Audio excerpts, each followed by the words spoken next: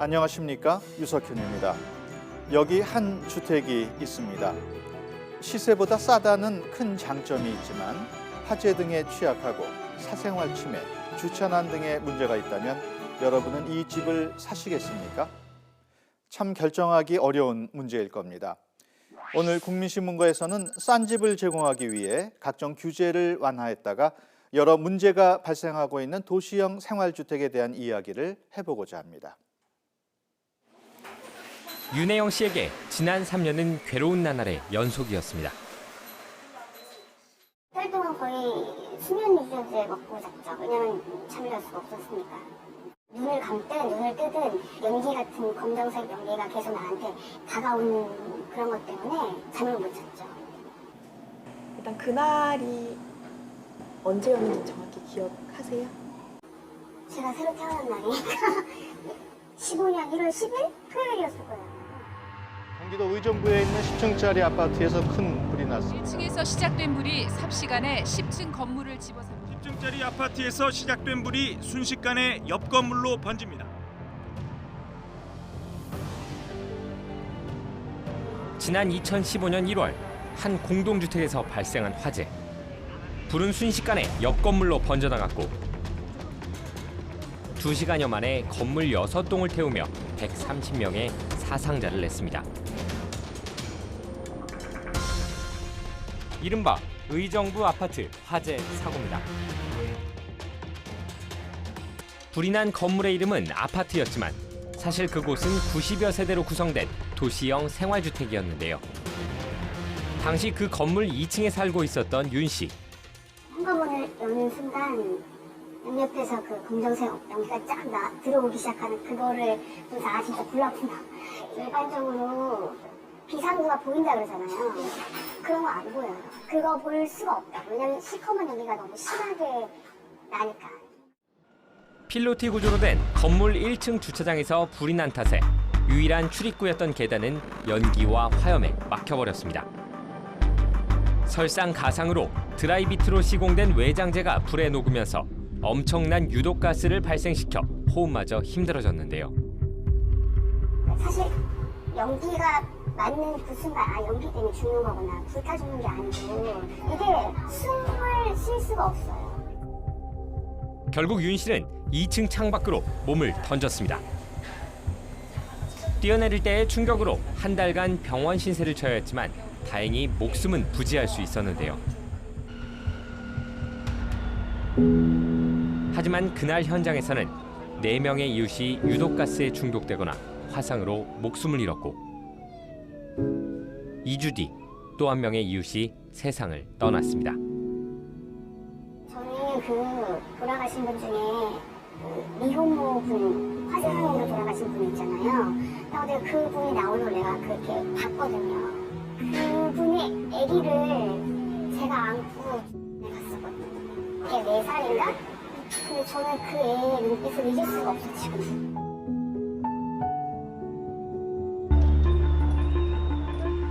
당시 화재는 1층에 있던 오토바이에서 시작된 것으로 밝혀졌지만 대형 화마로 번진 건 도시형 생활주택에 대한 규제가 지나치게 완화됐기 때문이었습니다.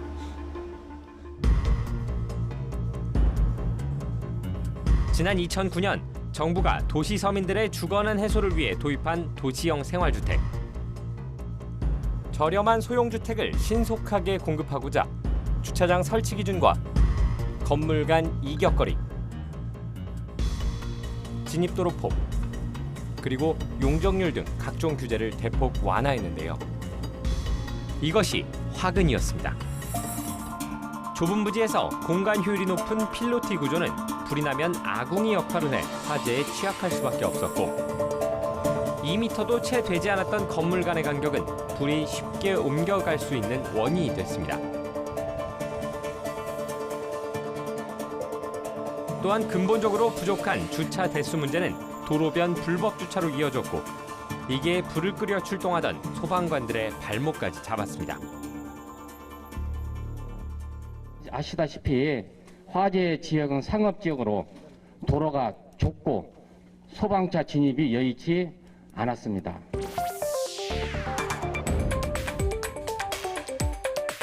좋은 취지로 시작된 도시형 생활주택이 화재에 너무나 취약하다는 사실이 극명하게 드러난 겁니다.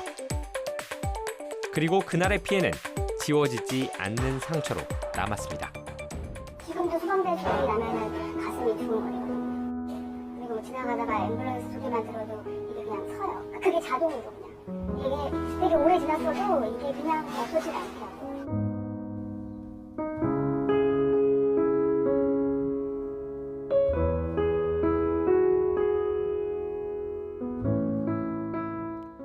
오늘은 연세대학교 도시공학과 이재선 교수를 모시고 자세한 이야기 나눠보겠습니다. 안녕하십니까? 예, 안녕하십니까? 예, 도시형 생활주택에 대한 잡음이 끊이지 않고 있습니다. 먼저 도시형 생활주택이 어떤 목적으로 도입됐는지 설명을 해주실까요? 예, 도시형 생활주택은 지난 2009년도 이명박 정부가 전세난을 겪고 있는 1인 가구를 위해서 주거안전 대책으로 도입한 정책인데요. 내 집 마련이 어려운 서민들, 특히 젊은 세대들이 도시형 생활주택을 보금자리로 삼을 수 있게 해주고 교통의 요충지에 도시형 생활주택을 지어서 직장인의 출퇴근을 원활하게 해주겠다는 그 취지였습니다. 1인 가구를 위하는 집이다 보니 한 세대당 전용 면적이 85제곱미터를 초과할 수 없고요. 면적 기준 등에 따라서 단지형 연립주택, 원룸형 주택, 단지형 다세대 주택으로 나눌 수 있습니다. 즉 300세대 이상은 지을 수가 없는 것입니다. 이때 주택을 신속하면서도 시세보다 싼 값에 공급할 수 있도록 각종 주택건설 기준과 부대시설 등의 설치 기준을 적용하지 않거나 또는 완화해 주었습니다. 네, 취지는 참 좋은 것 같다는 생각이 드는데요. 김지영 기자, 현재 이런 도시형 생활주택이 전국에 얼마나 있습니까? 네, 지난해 말을 기준으로 전국에서 인허가를 받은 도시형 생활주택은 모두 60만 호가 넘습니다. 지난 2015년을 기점으로 조금씩 줄어들긴 하지만 여전히 해마다 수만 호씩 인허가를 받고 있습니다. 전국적으로 보면요, 경기, 서울, 부산 순으로 많은 인허가가 내려진 것으로 나타났습니다. 그런데 각 시도별 인구수로 나눠봤더니 조금 다른 결과가 나오는데요. 인구가 많은 수도권이나 광역시가 높은 비율을 보였지만 가장 비율이 높았던 것은 제주였습니다. 수도권보다 2배가 넘는 수준이었습니다. 규제를 많이 완화했다고 했는데 구체적으로 어떤 부분의 규제가 풀린 겁니까? 네, 말씀하신 것처럼 지난 2009년 도시형 생활주택제도가 도입되면서 풀린 규제가 많은데요. 일반적인 공동주택에는 있지만 도시형 생활주택에는 없어도 되는 부분을 중심으로 또 중요한 부분을 중심으로 설명드리겠습니다. 일단 건물 배치 부분입니다. 일반적인 공동주택은 건물 외벽에서 대지 경계선까지 2m 이상 거리를 둬야 하지만 도시형 생활주택은 그럴 필요가 없어졌습니다. 또 옆 건물과의 거리 제한도 줄어 1m만 떨어져도 건물을 지을 수 있게 됐습니다. 한마디로 기존 공동주택보다 훨씬 넓게 주택을 지을 수 있도록 해준 겁니다. 이렇다 보니 일반 주거지역의 경우엔 기존 주택들과 일조권, 조망권 분쟁이 발생하기도 합니다. 필요 주차 공간에 있어서도 규제는 약해졌습니다. 세대당 최소 한 대가 필요한 일반 공동주택과 달리 도시형 생활주택은 0.6대 주차 공간만 갖추면 되도록 한 겁니다. 이후 몇 년 뒤 주차 규정이 일부 강화되기는 했지만 그래도 한 대에 미치지는 못합니다. 또 진입도로의 폭이 대폭 줄어들었고 관리사무소 설치 의무, 소화용수로 활용하는 비상급수시설의 설치 의무 등은 면제됐습니다. 도시형 생활주택에서는 완화했던 규제들 나름대로 필요성이 있기 때문에 다른 공동주택에는 적용하는 게 아닌가 싶은데요. 교수님 어떻습니까? 예, 예를 들어서 건물 간 이격거리, 진입도로, 주차 기준, 관리사무소 같은 기준들은 사실 안전하고 편리한 주거 공간을 만들기 위해서는 필요한 규제들입니다. 자세히 보자면 건물 간의 이격거리는 주거용 건물에 사는 거주자들의 사생활 보호라든지 바람길 등을 위해서 필요한 것이죠. 또한 진입도로는 거주자들의 차량 진출입 용인 및 비상용 차량들이 출입하기 위해서 반드시 확보되어야만 하는 그런 시설입니다. 또한 주차장 확보는 자가용 보유가 점차 증가하고 있기 때문에 이를 충족시키지 못할 경우에 도로에 무질서한 주차를 할 수 있기 때문에 이런 것들을 예방하기 위한 것이라고 할 수 있겠습니다. 도시형 생활주택과 관련한 정책이 시행된 지 올해로 10년째가 됐습니다. 그동안 안전을 비롯해 도시형 생활주택에 내재된 문제점에 대한 질타의 목소리가 끊이지 않았는데요. 과연 지금은 얼마나 바뀌었을까요? 지난 주말 취재진은 소방안전 전문가와 함께 의정부 화재 현장을 찾았습니다. 처음 불이 시작된 건물은 리모델링을 통해 당시 화재의 흔적을 찾을 수 없을 만큼 말끔해진 모습이었는데요. 하지만 건물의 이름과 외관의 색상만 바뀌었을 뿐 당시 지목됐던 문제들은 여전했습니다. 여기서 만약에 또 불이 나면 저 현관 잠기는 거예요. 네. 척이 견디나요? 금방 깨지면 바로 계단으로 여기 타 올라가는 거죠. 아, 만약 여기 1층 플로티에서 그쵸. 불이 또 나면 근데 계단은 하나고. 계단은 하나인데 계단 연기가 찼다. 그럼 도망갈 방법은 없죠. 여전히 출입구는 하나. 1층을 주차장으로 사용하고 있는 필로티 구조와 당시 화재가 대형 참사로 이어지게 만든 건물 간의 좁은 간격도 여전히 그대로였습니다. 50cm 정도. 수정하는 건 불가능한 거죠. 실질적으로 불가능한 거고. 그렇다면 저 외장재를 좀 불에 강한 걸 썼으면 그나마 다행인 거고요. 근데 이제 그게 좀 난연성이 좀 있는 건지 그냥 난연성이 전혀 없는 건지는 육안으로는 몰라요. 뜯어봐야지 알 수 있는 거예요? 그렇죠. 화재 당시 소방차의 진입을 어렵게 했던 불법 주차 문제는 어떨까요? 최근 단속을 시작해서 그런지 과거에 비해서는 상황이 많이 나아진 듯했지만 여전히 소방차가 소방 활동을 하기엔 무리가 있어 보였습니다. 최소폭이 6m 이상 돼야 되고요. 그래도 조금 원만하게 하려면 6.5m는 돼야 그래도 어느 정도 소방 활동하는데 큰 지장이 없죠. 한 가지 눈에 띈 변화는 화재 사고 이후 1층 주차장에 소화전이 설치됐다는 점인데요. 그런데 조금 황당했습니다. 소화전이 있어도 쓸 수가 없잖아요. 저기 어떻게 들어갔었어요? 자, 한번 들어가 볼게요. 이걸 연다 해도 이게 안 되는군요. 곤란한 얘기죠. 주차된 차량에 막혀 소화전을 열기조차 힘들었는데요. 위급한 상황에서 얼마나 실효성이 있을지 의문이 들었습니다. 뿐만 아니라 현행 소방법을 버젓이 위반한 사항까지 포착됐는데요. 여기다가 주차를 시키면 안 되는 거예요. 위급시에 이거를 바로 소방관이 쓸 수 있어야 되는데 차가 여기 딱 막고 있으면 사용하기가 좀 어려워지는 거죠. 근데 구획선이 있다는 얘기는 주차를 시켜라는 얘기죠. 이 말이 안 되는 얘기죠. 소중한 생명들이 또다시 희생되지 않도록 화재에 대한 기억과 경각심을 보다 강하게 가질 필요가 있어 보였습니다. 끔찍한 상상이지만 그런 화재가 또 난다고 했을 경우에 뭐 위험도가 낮아졌다라고 말씀드릴 수는 없습니다. 화재 안전을 위한 세부적인 어떤 설계 지침이라든지 이런 것이 그런 기준이 좀 만들어지고 그거에 따라서 건물이 지어지는 그런 대안들이 반드시 있어야 될 것 같습니다. 그렇다면 다른 도시형 생활주택들은 어떨까?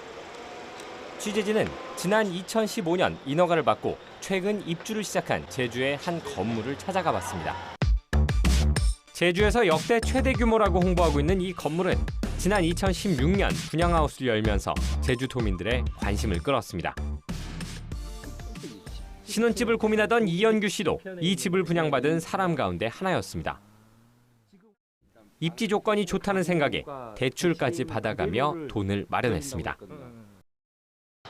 지리적으로는 여기가 앞에 초등학교도 있고 옆에는 바로 옆에는 대형마트도 있고 주위에 이제 뭔가 주거로 잡기에는 최적의 조건이라 가지고 그래서 이 집을 선정하게 된 거죠.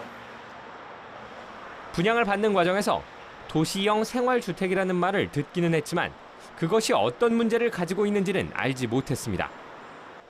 특히 세대수에 비해 턱없이 부족한 주차장 규모는 입주 예정자들이 생각지도 못했던 문제점이었습니다. 절대 살 일은 없죠. 내 차를 내 주차장에 세우고 싶지 어느 누가 그냥 일반 공영 주차장에다가 차를 대고 싶어 하겠어요. 복도 양쪽을 따라 길게 세대들이 늘어서 있는 도시형 생활주택의 구조가 화재에 취약하다는 것도 미처 몰랐던 부분이었습니다. 각지까지 소방차가 갈 수 있는 도로가 필요하다는 내용의 소방법도 적용받지 않는다는 사실 역시 최근에야 알았습니다. 전문가들도 파악하기 쉽지 않은 건축법과 주택법 등을 일반 서민이 알기는 어려웠던 겁니다. 저뿐만 아니고 모든 제주도민들한테는 생소한 이 말일 거예요. 도시형 생활주택이라고 하면 그냥 저 또한 아파트로 알았어요, 그냥. 더구나 모델하우스에서부터 공간이 3개라고 홍보했던 부분이 원룸형 도시형 생활주택에서 원천적으로 불가능하다는 것까지 알게 되자 사기를 당했다는 생각까지 하게 됐습니다. 사실 원룸형 도시형 생활주택은 최대 2개의 공간을 만들 수 있습니다. 원룸형이면은 원칙 공간이 하나로 구성이 돼야 되는데, 물론 예외적으로 2개까지 허용을 해주는 경우가 있지만, 그러니까 그 예외까지 허용해주더라도 2개까지거든요. 1인 가족이나 신혼부부처럼 규모가 작은 가족에게 공급하고자 하는 취지를 가지고 있기 때문입니다. 그런데 그런 기본적인 부분조차 속이고 사람들을 끌어모았던 셈입니다. 그러니까 저희는 뭐 불법이라는 그런 내용에 대해서는 단 한 번도 듣지는 못했고요. 그리고 이제 문제가 좀 야기가 되기 시작하다 보니까 이제 입주자들도 전원이 이제 알게 된 거죠. 엄청나게 황당했죠. 이거는 말도 못했죠, 솔직히. 정부는 지난 2015년 의정부 화재 사고 이후 도시형 생활주택과 관련된 법을 강화했지만 일부분에 불과했습니다. 더구나 법 개정 이전에 만들어졌거나 허가를 받은 건물들은 허술한 기준 아래 지어진 채 사람들을 끌어모으고 있습니다. 처음에는 엄청나게 화나는데 이제는 웃음이 나와요, 웃음이. 어처구니가 없어서. 위험성을 제대로 알지 못한 채 새로운 집을 마련하고 부푼 꿈을 꾸는 사람들. 이들의 안전은 과연 누가 보장해 줄 수 있을까요?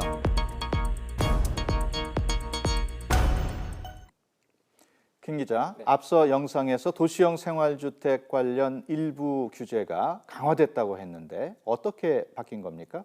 네, 도입 초기에는 건축법상 30층 미만 건물에는 불에 잘 타지 않거나 아예 타지 않는 재료의 사용이 의무가 아니었습니다.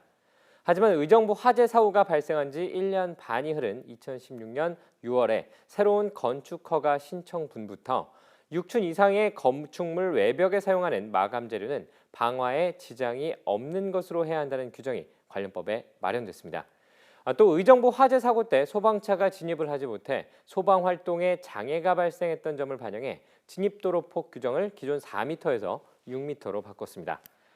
이 교수께서는 건축 심의에도 참여하신 걸로 알고 있습니다. 도시형 생활주택의 문제점들 충분히 보완됐다고 보십니까? 네, 일부 보완하긴 했지만 충분하지는 않다고 봅니다. 새로운 건축 허가 신청분부터 6층 이상의 건축물 외벽에 사용하는 마감 재료는 방화에 지장이 없는 것으로 해야 한다는 규정이 마련이 되었습니다만은 사실 불이라고 하는 것이 6층 이상에서만 나는 것이 아니기 때문에 1층에서부터 5층까지도 이러한 제도를 적용할 수 있도록 하는 것이 필요하고요. 또한 도시형 생활주택은 건축물 간격이 1m밖에 되지 않기 때문에 주거 용도이면서도 사생활 보호가 되지 않는 그런 문제점을 갖고 있습니다. 이러한 제도는 사실 주거 환경을 악화시킬 수밖에 없는데요. 이 역시 법적으로 허가해 줄 수밖에 없게 돼 있어서 위원회에서 통과되게 되었습니다. 그렇다면 문제가 있는 기존의 도시형 생활주택들은 현실적으로 보강할 방법이 없는 겁니까? 이미 건설된 도시형 생활주택에 문제가 되고 있는 진입도로를 다시 확보한다든지 주차장을 설치한다 등은 상당히 매우 어려운 실정입니다. 지난 2016년 주택건설기준 등에 관한 규정을 개정하는 등 대책을 마련을 했습니다만 기존 건설되어 있는 주택에 소급 적용이 안 되면서 사실상 유명무실한 대책이 되고 있는데요. 과거 도시형 생활주택 건물에도 현행 법에서 준하는 효과를 낼 수 있도록 방안을 만들어야 할 것이라고 봅니다. 특히 도시형 생활주택이 건축 자재로 인해서 화재에 매우 취약하기 때문에 대형 화재 예방을 위한 소방 법규 등을 따르도록 기준을 강화할 필요가 있겠습니다. 도시형 생활주택의 피해자는 그 집에 사는 거주자뿐만이 아닙니다. 주변 이웃들도 고통과 불편함을 호소하고 있는데요. 무슨 사연인지 함께 보시겠습니다. 제주도 안에서도 비슷한 규모를 찾기 어려울 정도로 크게 지어진 10층짜리 도시형 생활주택 건물. 그 바로 옆에는 아담한 마당이 딸린 단독주택이 한 채 있습니다. 이곳에는 노부부가 수십 년째 한 자리를 지키며 살고 있습니다. 처음 집을 지을 때만 해도 주변에는 과수원과 옥수수 밭이 가득했고 건물은 몇 동 없을 정도로 한적한 동네였다고 합니다. 정말 그냥 어떻게 보면 시골 동네였습니다. 시골 동네. 그 어릴 때 뭐 옥수수밭 서리하다가 배탈 나기도 하고 그랬던 동네였습니다. 아들 김성 씨도 이곳에 많은 유년 시절의 추억을 가지고 있습니다. 집 앞 공간은 친구들과 매일 이용했던 놀이터였습니다. 하지만 지금은 거대한 건물이 그 자리를 차지한 채 집 앞을 가로막고 있습니다. 몇 년 전 공사가 시작됐을 때만 해도 불만이 있었지만 얼마나 큰 피해가 닥쳐올지 예상하지 못했습니다. 도시형 생활주택이 각종 규제에서 벗어나 있다는 점을 간과한 겁니다. 하지만 2년 가까운 건축 기간 동안 피해는 상상 이상이었습니다. 부부의 집과 신축 건물 사이의 간격은 너무나 좁았고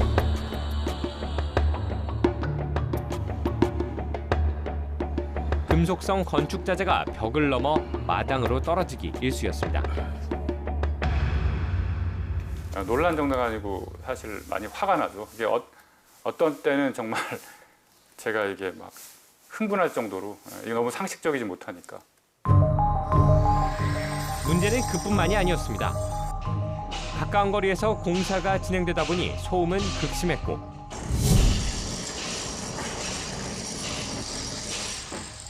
진동으로 집에 서 있기 어려울 정도였을 때도 있었습니다. 저소음 무진동 장비를 해달라고 지금 몇 번 넣었는데 그래서 나중에 안에 확인을 해보니까 장비를 갖고 오긴 했는데 그거를 제대로 쓴 게 아니라 듬성듬성 쓰고 그 사이를 그냥 소음과 진동이 나는 다른 장비로 계속 두드렸기 때문에 소음이 계속적으로 더 난 거더라고요. 이처럼 여러 가지 참기 힘든 고통을 받았지만 지자체에서는 별다른 방법이 없다는 입장입니다. 안전 문제라고 해가지고 법을 어기지 않으면 못하지 않습니까? 법안에서 했는데 그거 이상의 민원 넣는다? 그거는 도시형 생활주택의 이웃이 되면서 피해를 본 사람들은 다른 곳에서도 쉽게 찾을 수 있었습니다. 최유정 씨는 10여 년 전 3층짜리 건물의 3층에 위치한 이 집을 마련했습니다. 새 집은 아니었지만 탁 트인 창으로 산과 하천까지 보이는 전망이 마음에 들었다고 하는데요. 거실하고 안방으로 바로 인왕산이 조망되고 홍제천이 보이고 하늘이 보이는 거예요. 가득히. 그러니까 주택에 이런 집이 없다. 그래서 우리가 참 살기 좋겠구나. 그래서 이 집을 그때 당시에 시세보다 한 3분의 1 정도 더 주고 이 집을 우리가 사게 된 거예요. 지금은 모두 가로막혀 버렸습니다.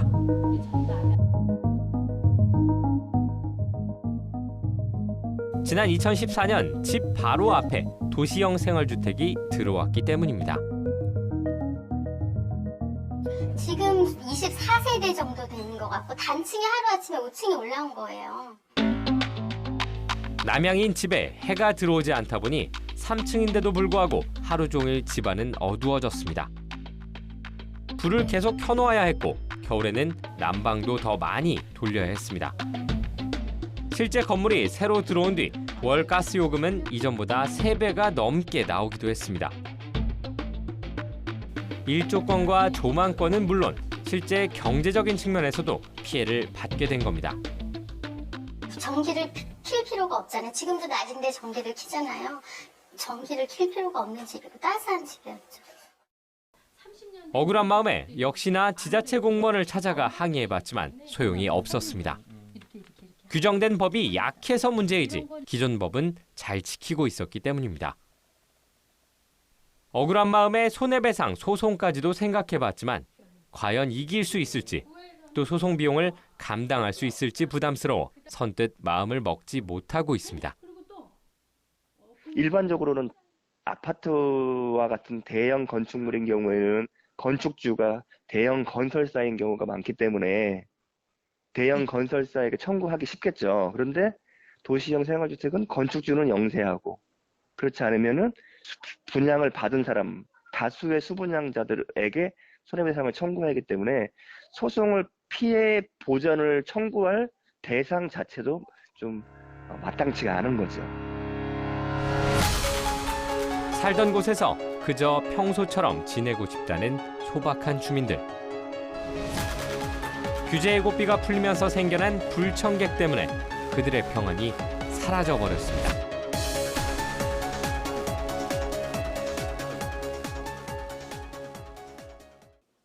이 교수님, 그 이웃집 입장에서는 일조권과 조망권이 중요한 재산권일 텐데 보장받을 방법이 없는 겁니까? 네, 일반 공동주택의 경우에는 인허가시 주택건설 기준 등에 관한 규정에서 주변 건물의 일조권, 조망권 등을 고려하도록 하고 있습니다. 하지만 현재 지어진 도시형 생활주택은 이런 고려가 없는 건데요.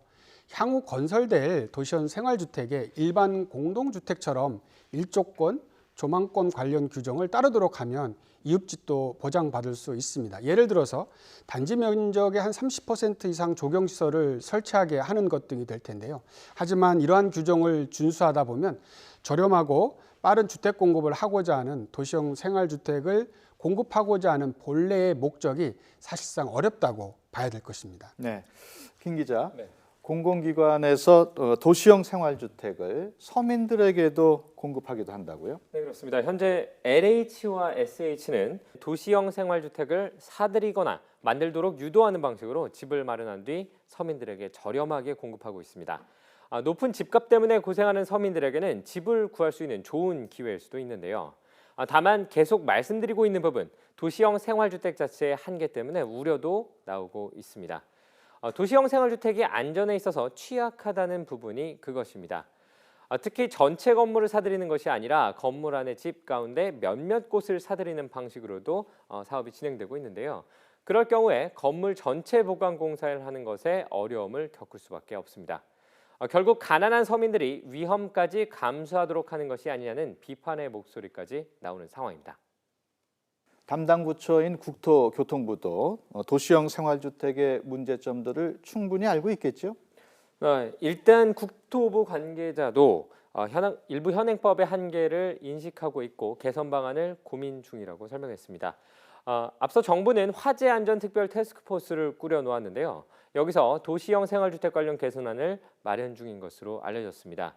앞으로 지어질 주택은 훨씬 강화된 규정을 적용하고 기존 주택의 경우엔 화재에 취약한 외장재인 드라이비트 교체나 필로티 구조 보강 방안 등 구체적인 대책이 나올 것으로 전망됩니다. 올해로 도입 10년을 맞은 도시형 생활주택. 본래 취지는 좋았지만 허점과 문제점이 여전히 많은 것 같습니다. 이 교수님, 끝으로 전문가로서 현재의 도시형 생활주택 어떻게 평가하시겠습니까?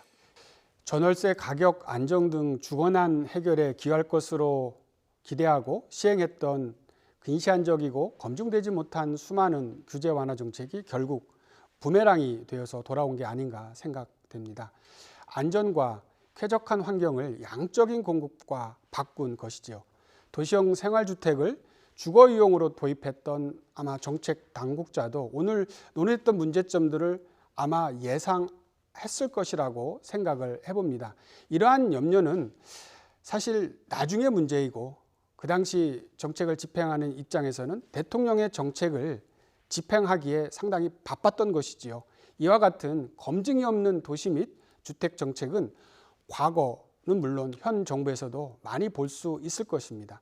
싼 값에 지어지는 도시형 생활주택이라지만 안전은 뒷전으로 할 것이 아니라 최소한의 안정성과 정주성을 확보하기 위해 물리적으로 규제를 강화할 필요가 있겠습니다.